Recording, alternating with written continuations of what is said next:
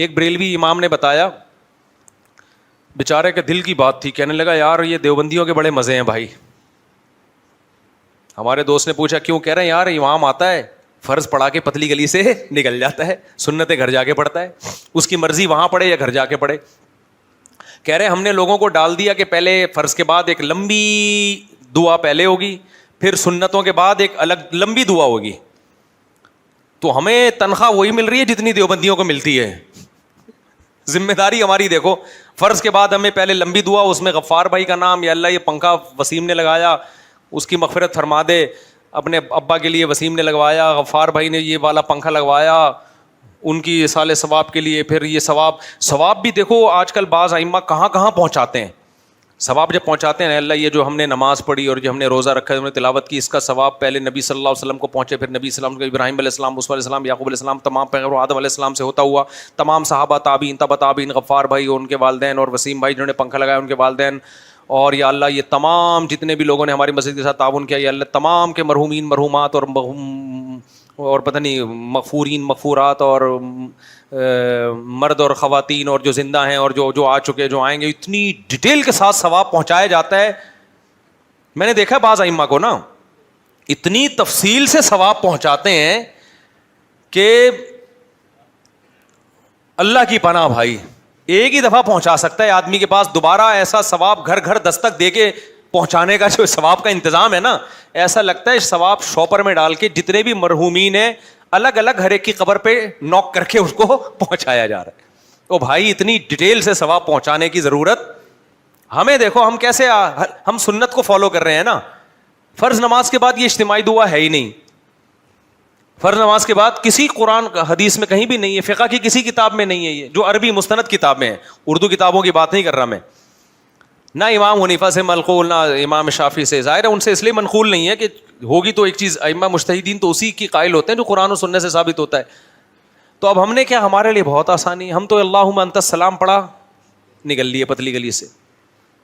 جا کے انڈے چیک کیے مرغیوں کے, بھائی چوزا کتنا نکلا ہے, پھر اس کے بعد جا کے سنتیں پڑھ لیں. کوئی سنتیں بھی ہم پہ فوراً مسلط نہیں ہوتی, گھر پہ بھی پڑھ سکتے ہیں, یہاں بھی پڑھ سکتے ہیں, دفتر میں بھی پڑھ سکتے ہیں, آزاد ہو گئے. کسی دن موڈ ہوا دعا کا تو لمبی دعا بھی کرا دی, یہ بھی کوئی حرام بھی نہیں ہے کہ دعا کرانا. موڈ ہوا تو آج موڈ ہے بھائی آج کیا کرا دو, چلو یار لمبی دعا ہو جائے. لیکن جو گرین چینل والے بیچارے, وہ ائمہ کی اندر کی دل کی کیفیت میں بتا رہا ہوں. میرا بیان سن کے ہو سکتا ہے ہمارے گرین چینل والے بھائی میری مخالفت کریں, لیکن ائمہ کہیں گے مفتی صاحب دل کی آپ نے بات شیئر کر دی ہے. یہ بیچارے اتنے پریشانی میں ہوتے ہیں, تنخواہ دیوبندیوں والی ملتی ہے لیکن ذمہ داری کتنی. امام پہلے سے آگے بیٹھے گا مسلح پہ, ہم تو جب ٹائم ہوتا ہے نا ٹھک کر کے اسٹائل سے آتے ہیں مسلح پہ کھڑے ہوئے, اس سے پہلے مسلح کو ہم پابند نہیں ہوتے, آتے ہیں. اور سنت بھی یہی ہے, نبی صلی اللہ علیہ وسلم جماعت کے وقت میں اپنے حجرے سے تشریف لاتے تھے. ہمارے جو بیچارے گرین چینل والے بھائی ہیں ان میں امام آدھا گھنٹہ یا 10 منٹ پہلے آ کے بیٹھے گا مسلح پہ, بڑی تمیز سے بیٹھ جائے گا وہ, بالکل بسم اللہ صلو علی الحبیب, بڑی تمیز سے بیٹھے گا وہ. میں بیچارے اماموں کی عکاسی کر رہا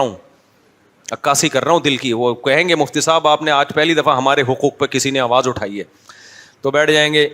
پھر وہ اقامت ہوگی تو تمیز سے امام صاحب بیٹھے رہیں گے. حی علی الصلاۃ سے پہلے کسی کو کھڑے ہونے کی اجازت نہیں ہے, تو اس سے پہلے امام بیٹھا ہوا ہوگا نا, تو یہ ذمہ داری اس کی الگ سے امام کو کوئی چارجز کوئی پیسے تنخواہ نہیں ملتی. پھر جب اقامت ہوگی پھر نماز ہوگی, پھر اس کے بعد امام صاحب نے دعا کروانی ہے مقتدیوں کی طرف رخ کر کے, یا اللہ فلانا کو مغفرت, فلانے کی پنکھا ونکھا, بہت بہت زبردست پروگرام چلتا ہے بھائی, چھوٹا موٹا نہیں چلتا. اس کے بعد پھر امام پابند ہے وہیں سنتیں پڑھے, وہ وہیں سنتیں پڑھے گا, اور جلدی جلدی بھی نہیں پڑھ سکتے اتنی اسپیڈ جتنی پبلک کی اسپیڈ ہے, کیونکہ ایسا نہ ہو پہلے فارغ ہو گئے تو گھر جانے کی اجازت نہیں ہے, ابھی دوبارہ دعا ہوگی, پھر وہ لمبی چوڑی دعا, پھر اس میں ان اللہ و ملائکتہ والی آیت بھی لازمی پڑھنی ہے, پھر وہ اس کے بعد درود شریف میں جو آتا ہے پھر سب درود شریف, تو بہت لمبا حساب کتاب چلتا ہے. اس کے بعد امام صاحب کی چھٹی ہوتی ہے, اور پھر امام کا کام ہر تیجے میں جانا, 40 میں جانا, یہ سب چیزیں بھی. پھر نماز جنازہ بھی ہماری کتنی ہلکی پھلکی نماز جنازہ ہے, ادھر جنازہ آیا ہم نے 4 تکبیرات کہیں فارغ ہو گئے, پھر ہماری مرضی ہمیں کندھا دیں نہ دیں, کندھا دینا ثواب ہے دے دیتے ہیں اکثر, پوری زندگی پڑی ہے اس کے لیے, دعا کرتے رہو. ان کے ہاں جنازہ بھی بڑا لمبا ہے, جنازہ ہوگا پھر اس کے بعد دوبارہ سے دعا ہوگی, وہ دعا بھی جہری ہوتی ہے, اس میں پورا میت کے لیے آپ نے وہ. تو بیچارے جو بریلوی امام ہے نا, ان کی ڈیوٹی بہت زیادہ ہے بھائی, ان کی تنخواہ ڈبل کر دو. میں صحیح کہہ رہا ہوں, یا تو تنخواہ بڑھاؤ, یا امام کو چاہیے ہڑتال کریں. ہم اسٹائل ہمارا, ہمیں تنخواہ دیوبندی والی دی جا رہی ہے, ذمہ داری ہم پہ ڈبل ڈالی جائے, یا تو تنخواہ ڈبل کرو یا پھر ذمہ داریاں ختم کرو. تو یہ دیکھنا, یہ میرا مقصد کسی مسلک کی توہین نہیں ہے, میرا مقصد ہے ریلوی اماموں کے حق میں آواز اٹھانا کیونکہ بیچارے بہت قسمہ پرسی میں ہوتے. دیوبندیوں کے اس لحاظ سے بڑے مزے ہیں بھائی, بہت مزے ہیں, آئیں گے آرام سے تمیز سے, نماز پڑھائی, پتلی گلی سے نکل لی. پھر جمعے کو ان کے اور لمبے پروگرام چلتے ہیں,